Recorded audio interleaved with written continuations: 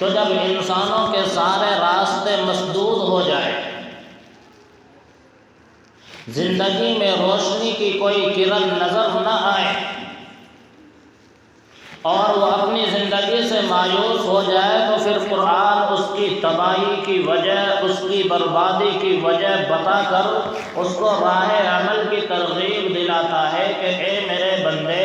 آج جو تو دنیا کے اندر پریشانیوں کا شکار ہے، آج جو دنیا کے اندر تو مصیبتوں کا شکار ہے، یہ جو حالات تم پر آئے ہوئے ہیں کہ تمہیں کوئی عزت دینے کے لیے تیار نہیں ہے، معاشرے میں کوئی تمہیں عزت کی زندگی گزارنے کے موقع دینے کے لیے تیار نہیں ہے، معاشرہ تمہیں دبا رہا ہے، زمانہ تمہیں مٹانے کی کوشش کر رہا ہے، تمہارے اوپر ظلم و ستم کے پہاڑ توڑے جا رہے ہیں، تمہاری بہو بیٹیوں کی عزتوں سے کھیلا جا رہا ہے، یہ جو حالات آئے ہیں یہ میری طرف سے نہیں بلکہ یہ تمہارے کیے ہوئے اعمال کا نتیجہ ہے، اور وہ اعمال یہ ہے کہ تم نے اللہ تبارک و تعالیٰ کا در چھوڑا، تم نے اللہ تبارک و تعالیٰ کا حکم چھوڑا، تم نے اللہ تبارک و تعالیٰ کے منشا کے خلاف کام کیا، تم نے اللہ تبارک و تعالیٰ کو راضی کرنے والے عمل کے بجائے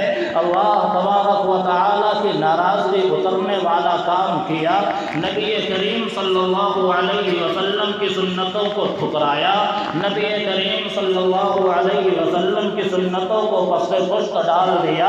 اور جن کی رہنمائی کے لیے تمہیں اس دنیا کے اندر بھیجا گیا تھا، جس کام کے لیے تمہیں بھیجا گیا تھا، اس کام کو چھوڑ کر دوسرا کام اختیار کیا، اور جس کو تمہیں سمجھانا چاہیے تھا آج خود تم نے ان کی زندگی کو اپنا مشغلہ بنا لیا۔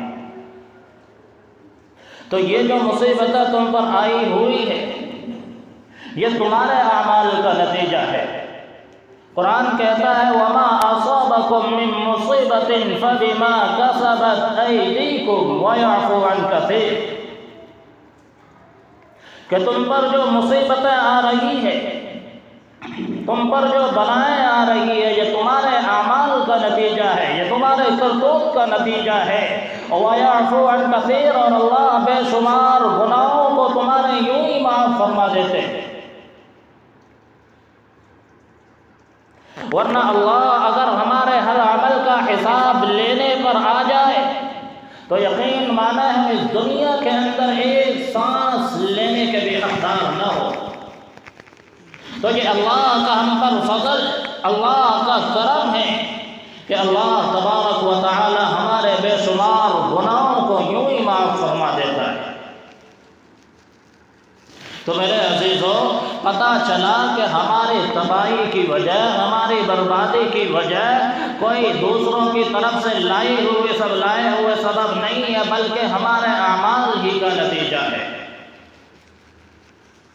تو اس سے ہمیں یہ سبق ملتا ہے کہ اگر ہم اپنی زندگی کے اندر بدلاؤ چاہتے ہیں، ہم اگر دنیا کے اندر عزت والی زندگی چاہتے ہیں تو ہمیں اس در پہ آنا پڑے گا جس در کو ہم نے چھوڑ دیا ہے، اس در سے ہمیں رشتہ مضبوط کرنا پڑے گا جس در سے ہمارا رشتہ کمزور ہو چکا ہے، اور وہ اللہ کا دربار ہے۔ آج دیکھو ہر جگہ مسجدیں عالی شان ملتی ہے، مسجدوں کے محراب بڑے عالی شان ملتے ہیں، مسجدوں کی عمارتیں بڑی عالی شان ملتی ہے، لیکن مسجدوں کو آباد کرنے والے نظر نہیں آتے، اذان بعض جگہ وقت پر نہیں ہو پاتی، مسجدوں میں تالے لگ رہے ہیں، وجہ کون ہے؟ وجہ ہم اور آپ ہے کہ اللہ تبارک و تعالیٰ کی طرف سے روزانہ 5 وقت یہ اعلان لگایا جاتا ہے، روزانہ اللہ تبارک و تعالیٰ کی طرف سے 5 دفعہ یہ صدائیں لگائی جاتی ہے، حی علی الصلاۃ، آؤ نماز کے لیے،